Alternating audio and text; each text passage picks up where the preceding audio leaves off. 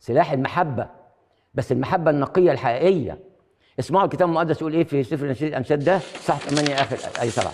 يقول إن أعطى الإنسان كل ثروة بيته، اسمعوا تاني، إن أعطى الإنسان كل ثروة بيته بدل المحبة تحتقر احتقارا. ياه، إن أعطى الإنسان كل ثروة بيته بدل المحبة تحتقر. يعني لو الراجل إدى لمراته الماهية كلها، خد مصروف بس منها، لكن ما بيحبهاش، مبلغ فرار على طول، يقعد على قهاوي، يقعد بره مع زمايله، يقعد عند اهله مش عارف ايه، وسايب هاملها خالص. ايه قيمه الفلوس يعني؟ اجدادنا ردوا على الفكر ده قالوا لنا تعليم رائع. قالوا ايه؟ لاقيني ولا تغديني.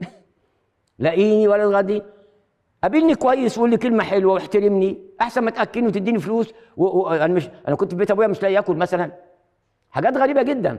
الاحترام المتبادل، احترام الراجل لمراته، تقدير الراجل لزوجته، انه يحطها فوق راسه، انه يخاف على مشاعرها، انه يأمن لها مستقبلها، انه يسمعها كلمه حلوه، عيد ميلادها يجيب لها هديه، يجيب لها تورتايه، يجيب لها بسبوسه، يجيب لها اي على قده، يجيب لها ازازه بيرفين، في الاخر هتعود عليه برضه، بدل ما يشم بصل وتوم هيشم بيرفين، يعني هي عايده عليه.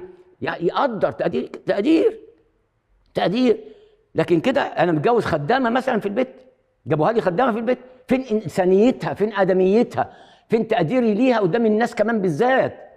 يا احبائي لازم ناخد بالنا جدا جدا جدا من بعضنا البعض. المحبه، الذي لا يحب لا يعرف الله، كافر. الذي لا يحب لا يعرف الله، ده كلام ربنا في الكتاب المقدس. لأن الله محبة، السبب اهو، لأن الله محبة. فاللي يعرف ربنا صحيح يبقى يعرف المحبة، يبقى حياته كلها حب حقيقي نقي جواه.